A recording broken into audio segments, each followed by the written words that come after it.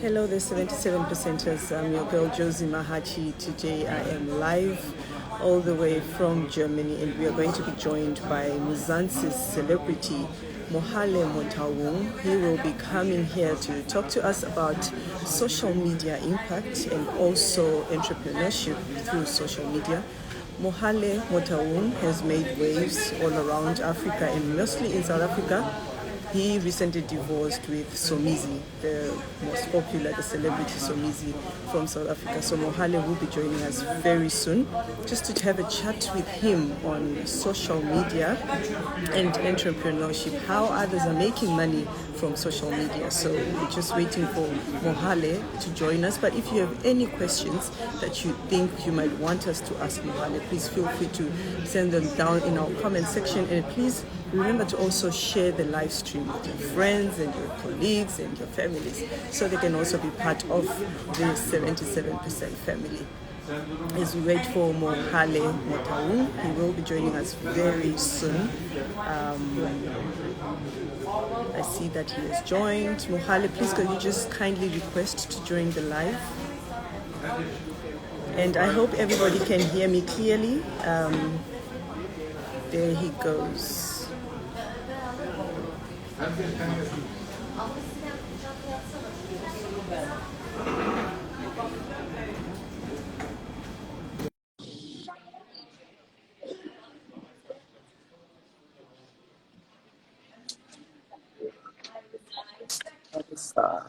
Hello, hello, hello. Hey.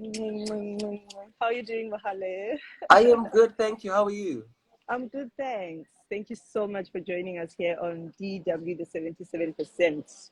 It's only a pleasure. Thank you for having me. Yes. Oh, you're looking so relaxed. I've been following you the whole day. I think you're having fun in Cape Town. Loving Cape Town, loving the weather here, loving everything. I know. You're a lovely guy, Mohale. So a lot of people know you as, should we Yes. get into detail, But then today we want to talk about you as Mohale Motaung himself. Yes. I mean, tell us about yourself. Who exactly is Mohale besides Somizi, besides the whole controversy? Yes.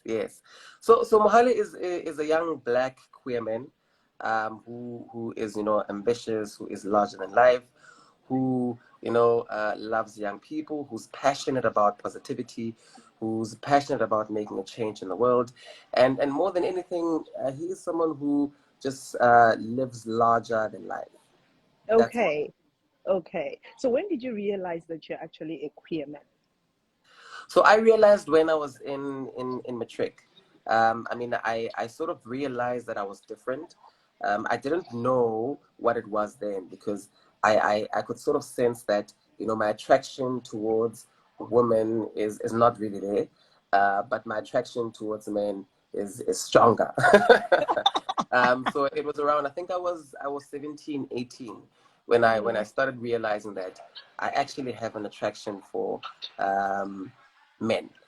Okay, so a lot of women, because I've been asking, what do you want me to ask Mohale, were saying, why are you wasting us? I mean, you're so cute, they want you. Do you ever see that changing, ever? Never. I know that I'm gay 100%. Okay. And I think I do get a lot of people who ask me, would you ever change for a woman, or if the right woman comes about? And I'm saying, it's not really about the right woman or anything. It's really just about my sexuality. I am 100% gay. Okay, that is clear. Now let's talk about acting career. How did it start for you, and when? Sure. So it started in 2018. There was a program called MTV Sugar, and they were doing, or rather they were having auditions. And I got the audition, and I think I was in Durban when I auditioned actually for that role. And I had to send a self-tape in, because they were looking for, a queer man, young, who studies economics. So the role, particularly at that time, was very in tune with what I was doing at that time. But more than anything, I was more interested in the storyline that they were trying to tell, and the storyline was about the LGBTIQ community. It was about PrEP, and it was about literally helping a young man who was struggling with his sexuality. And I thought, that is such an important story to tell today, because we have a lot of people, or a lot of young people who struggle with their sexuality, who don't know how to navigate their sexuality because of societal standards, because of families, because of a lot of things. So I particularly thought, that role is quite an important one, and it's a story that I want to tell. And that's really how I got into it. I did the audition, sent it through on Facebook, and then I got a call that I got the role. Then we had to go through for character pairing, for sort of to make sure that whoever that I'll be acting with makes sense. And that's actually how I got into it. All right, speaking about family, how did your parents take it when you told them that you're actually gay? Funny enough, I never had to come out to my parents. Okay. And I tell people that a lot, and they get surprised. I've never had to sit down and say to my parents that I'm gay. I think my parents have always known, and they've always accepted me for who I am. And I think more than anything, they've always created a safe space and a comfortable space for me, because I've never had my parents say to me, "When are you bringing a girl home?" for example, or "When are we seeing kids?" Or a lot of these comments that would allude that I need to be in a relationship with a woman. And that's how I knew that they actually know about me. So I've never had to come out to my parents. They've always known. They've really supported me through everything. And they've really just made sure that I am comfortable in who I am. Okay. And how did you break into the limelight? Like, when was it that people in South Africa or in Africa started knowing there is a Mohale Motaung? So it was definitely when obviously people started knowing about my relationship with my estranged husband Somizi, and that's how I got introduced to the people that there is a young man called Mohale. So it was through my relationship with Somizi. With a very gorgeous smile. Yes. People say they love your smile. And what are some of the challenges you faced being in this limelight? Sure. People don't often account for the fact that you are human, and the very same feelings that other people have, you have them as well. And it's very difficult having to deal with people who don't understand that you've got emotions, you've got feelings, you also have the same challenges that they have to deal with. And it's sort of very difficult for people to understand that just because you are in the limelight, you don't face any challenges. And it's very difficult because people put you on a certain pedestal. You can't do anything wrong. You always have to be a role model. You always have to be looking good. You always have to be smiling. So those are some of the challenges that we face, because people remove the human element from people who are public figures or people who are in the limelight, and forget that they are human and they go through the very same things that every other human being goes through. Now, in 2021, you had a big wedding with Somizi. What can you say about that moment? So the wedding was actually in 2019 and not 2021. Okay. My Yes, bad. it was in 20. 2019. And it was beautiful. I was marrying someone I was in love with at that moment, at that time around, and I was surrounded by a lot of people who loved me, and that was really, and I think it's a moment I will cherish forever. It's a moment that I will appreciate forever, because when you are in love and you feel like nothing else matters, that is exactly how I felt. It was amazing. Okay. But then, Mohale, people say that before you get married to someone, you see red flags and everything, because obviously on showmax, you're telling your own truth. Didn't you see any red flags before this very big wedding? Look, sometimes when things happen in a relationship, and you are in love and you are happy, things that happen, you don't necessarily see them as red flags, right? You see them as mistakes that happen in a relationship, and you are always telling yourself that you want to believe that things will change, especially when you want to see the good in the person, when you love this person. So people always ask me, did you not see the red flags? And I say to them, look, when you're in love and happy, everything that happens is not a red flag. It's sort of like a problem or hurdle that you believe that, you know what, we will pass. And when you are sometimes in a relationship with someone who reassures you all the time that things will change or things will get better, you tend to not see that this is actually a red flag. And I think that's exactly the situation that I was in. I was like, you know what? I'm in love. And if this person says things will change, if we believe that things are going to change because we want this relationship to be better, that's exactly how we're going to view things. So I didn't see red flags. I just saw hurdles, which I thought we would be able to, you know, cross or jump. All Yeah. right, and a lot of people say you actually married Somizi because of his money. What's your comment on that? Look, I think there is a stereotype definitely that comes with everyone that is young that dates an older person. And I think it's a stereotype that has been there for a very long time. And it was there with me as well. People will always either call you a gold digger or somebody who wants to, spend somebody's money simply because you are dating somebody who has a stronger financial muscle than you, or somebody who is much older than you. And I can't really, sit every day and want to, explain to people that I was in love, because people chose to think that it's impossible for someone who is younger to be in love with someone who is older. So there is a big stereotype that is always there, and there's not much that we can do to really change how people think of how they view things, because for them it's not normal for somebody who is younger to date somebody that's older. It's not normal for somebody who does not have money to date somebody that has money. And immediately they want to box you and call you names. So I don't really have much to talk on that. I know my truth. I know what I was doing, what I was there for, and that's all that matters. But I just want to know, in the gay relationships or lesbian relationships, does age matter as well as the normal relationships?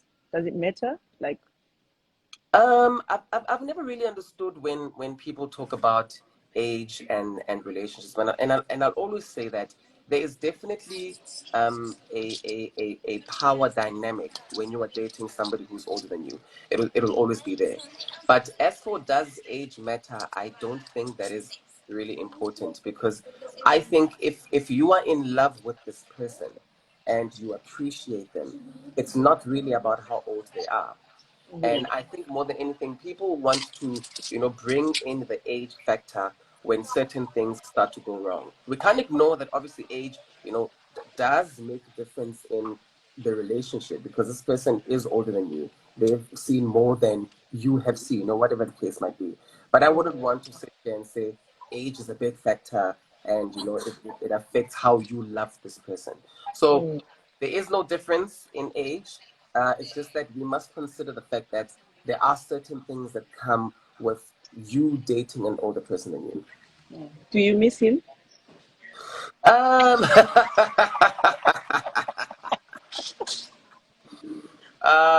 Look, I think I was in love with this person, and me deciding to spend the rest of my life with this person means that this person meant a lot to me, and I think I still respect him. He is a great person in his own right. I'm not sure if I'm in the right space or in the right frame of mind to decide whether I miss him or not, but that's just how it is. And do you still love him? Shoo! I don't think I can answer that right now. Look, I respect him. I respect him. He's great, and I think that's where it ends. Okay, because I am thinking he might come and apologize. Will you take him back? Shoo! I don't know. I haven't really thought that far. Um, Look, I think people do mistakes, and things happen. And I'm one person who, appreciates people who are able to take accountability for what they've done or who they are. And we don't want to take away the human element from anyone also. And I think if he was to come and apologize, it's taking accountability. And it's him saying, we need to move on from whatever that happened. And that is just honesty. And that is just how, human nature is. If you want to apologize, if you want to, bring in the human element and understand and take account for what you have done, I think it's beautiful. Okay, so the first half was about you and Somizi. Now we talk Yeah, about social media and entrepreneurship. But I mean, sure. I know that even your relationship with him might have affected some issues. A lot of people talk about your worth and being a brand influencer. Has the divorce from Somizi also affected your brand as Mohale? Because you are a brand ambassador of many companies. Look, definitely. I mean, we can't run away from the fact that brands don't like controversy, you know, and when certain things affect how people will see your affiliation with the brand, sometimes brands tend to pull back. One thing that my management and I did was to let all the brands that we're working with know that this is currently what is happening, because we also don't want to put our brands in disrepute, because there are certain things that are happening in my personal life. And I think more than anything, we were able to sit down with the brands and say, listen, this is the situation, this is what's happening. We want to let you know, and we want to know what you guys have to say about what is currently happening. And with regards to brand work that was taken away from me, I think my manager has handled that well. He has been able to speak to brands, let them know what is happening. And I think most importantly, it's good to be honest. It's good to be honest to brands and let them know, the people that you are working with, that this is the current situation and how do we work about it? What do we do? I mean, obviously, there are certain brands who won't want to, be affiliated with you because of what is currently happening, and not because you're a bad person, but they are just looking out for the brand. The brand at that time, at that point, is the one that is important. So I think that's basically what happened with regards to us and the brands that we're working with. You have an amazing manager, I must say, Mohale. But also, a lot of young people would want to know how they can also make money from social media. How do you do it? How can they do it? Because I know most of you influencers are really making money and with no address. It's all on social media. How can they also Yeah, do that? yeah. So it is important, if you want to get into the influencer space, to know exactly what you want to focus on, what your niche is. I think people think being an influencer means just working with 100 brands and just hopping around and not being consistent in one thing. It's important to know what your niche is, and I think how my management and I have worked it out is, what is Mohale like? What does Mohale love? What does he enjoy doing? And how can we now go out and look for brands that speak to that? That is how my Okay. manager does. For example, if I enjoy tea, my manager will say, okay, let's speak to tea brands that would be able to want to work with you, because it's something that you enjoy. Because the minute something is authentic and it's something that you love, it gets easier for you to speak about it on social media. It gets easy for you to to post it, for example, because then it's not out of character. But if I am going to now want to go on social media and influence people about something that I don't like, I always say that consumers and people are not stupid. They will always see that, no, man, this one is getting paid. But when you are authentic in what you love, and you are able to bring through, for example, the tea that I'm speaking about to your audience and make them understand why you love it, then it's a 360 circle that comes together, because then you are taking everything that you love and you are now approaching brands that speak to that, and then you are able then to get work from them. I think that's the solution, or rather the recipe that has worked for us with the work that I do. But do you also believe, when people say that you actually also sometimes invite controversy for your brand to go far, to be known? Like, I mean, I'm speaking to you all the way from Germany, it's international public broadcaster. We're in Germany. We all Yeah. know you now because of Somizi and Yes. controversies. Do you also think that is playing a great role in social media and entrepreneurship? Sure. I don't believe in saying that controversy, or rather inviting controversy in the work that you do is good for social media. I think other people do believe in it, but I for one wouldn't want to, speak about my personal story and my personal experiences, which were not so great, and say I want to use them because they are going to make me famous. I don't want to run away from the crux of the story. That is what I'm trying to tell. And even though people might view it from the outside and say, no, certain things happen because you want to be famous, or the controversy is bringing a lot of attention on social media. It will definitely bring the attention, because it's a story. It's a big story.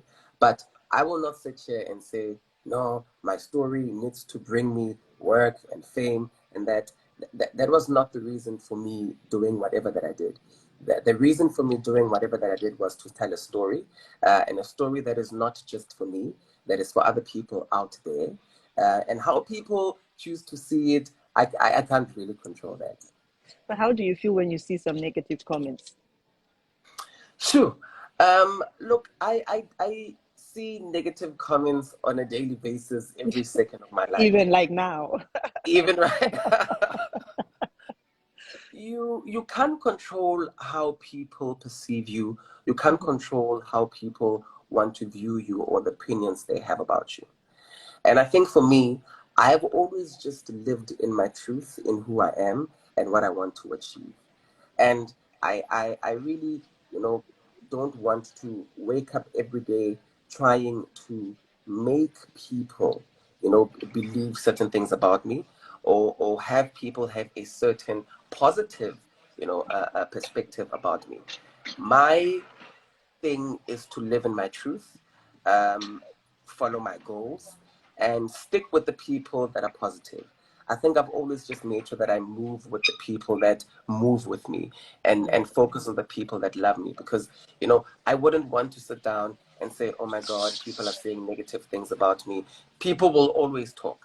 And whether they will talk good, whether they'll talk bad, it's up to them. But I just move with the people that move with me. All right. But do you see any downside of being a socialite and your life all over social media? Do you regret that sometimes? I really don't regret anything. However, I do know that it's really difficult being a public figure, or being in the limelight, because people take away the human element from you. They don't believe that you should fail. They don't believe that you should make mistakes. And anything that you do is zoomed upon, and people make it, such a big thing, and they blow it out of proportion. And I think for me, people need to understand that before I am Mohale on social media, I am Mohale, someone's brother, someone's son, someone's sister, someone's friend, and I've got a heart, I've got a brain, and I am just as a human. Because people tend to just take away that element, because they believe that people in the limelight belong to other people. I was listening to Oprah the other day, and I think they were talking about, sort of like the same thing. And she said that when you get into the limelight, or when you are in the limelight, the public starts to believe that they own you. And because they start to believe that they own you, they take away certain things that they want to believe about you. They don't want you to be human, because they believe that they own you. But it's important for you to realize that you own yourself, and don't give too much of yourself away to people, because then you will allow them to control the narrative. So I've really just believed that I am a public figure, yes, but before anything, I am me, I am Mohale. Mohale, are you making money from Instagram? Yes, indeed I am. Okay. I hope my manager is watching somewhere so that he can say, yes, yes, yes, we're making money from Instagram. Good. Now that takes me to my next question. How can you also help some young people watching us right now to tap into this social media money? Oh man, What when you must speak they about do? young people, you really ignite me. I love young people. Yes. I The show is really, actually the show is DW. This 77%. So in Africa, 77% of Africans are youth. So we're here because we're young people. We love young people. We're young. I love that. So look, I've got a foundation called For the Youth Foundation. And basically the purpose of the foundation is to assist young people with everything and anything that we are able to assist with. And I think, I've been talking to my manager about how we can create things like master classes, sort of like social media master classes that will be funded by, different brands. and different companies, so that we make it free for young people who want to get into the space, so that we can also get experts in the field who are going to come and talk about how they've made it, talk about how they make money through social media, talk about branding, talk about, creating a brand, because there's a difference between just wanting to be an influencer or making money on social media and actually creating a brand. And I think I've learned so much from my manager about what brand are we trying to create out of you. And I think that is a very important question that, a lot of people who want to enter into this industry should be asking themselves. So we're definitely, on the way to creating these masterclasses, to connecting, people who want to get into the space with people who are in the space, and, put them together and see how best we can be able to help them. Social media masterclasses, how to curate your Instagram, when to post, what to post, how to make sure that when brands go on Instagram and search for content creators, you can come up first. So we're really trying to package all of that, and as soon as it's ready, we'll definitely take it to the people. So if you're listening to us and watching us right now, and if you want to be part of this masterclass, you can also DM us on the DW, the 77%.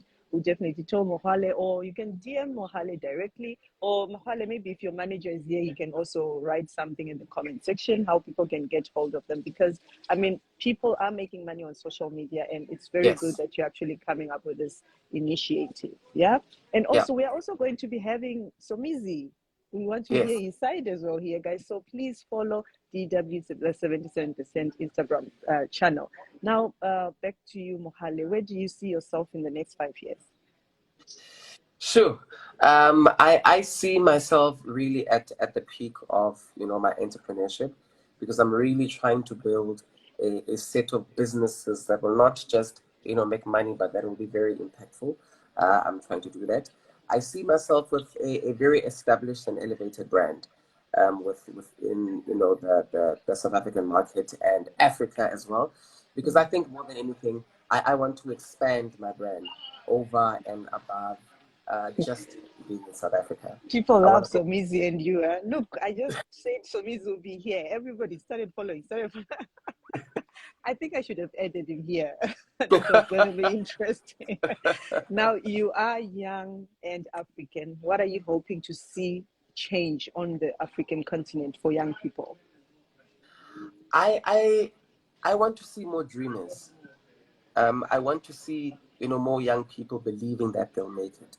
I think with COVID, came a lot of people who stopped dreaming, a lot of people who stopped believing in what they want to achieve, a lot of people who, sort of like stopped waking up every day and saying, I want to do that. And I think I want to see more young South Africans, or rather Africans also, dreaming, saying, this is what I want to do. This is what I want to go for. Because a lot has changed. And I don't see a lot of young people, believing in themselves anymore. I don't see a lot of young people motivated to do anything anymore, because things have changed. There's a lot of unemployment. There's a lot of young people who are brilliant in what they do and what they are. But it's really been difficult for them to get into spaces because there aren't resources. There aren't a lot of things that can help them. So I really just want to see Africans, young Africans, dream again. Thank you so much, Mohale Motaung, for joining us here on DW, the 77%. Until next time, I'm your girl, Josey Mahachie. We'll be back with another very interesting guest as well, like we had Mohale today. Cheers for now. Goodbye, Mohale. Take care. Thank you very much. Cheers. Bye.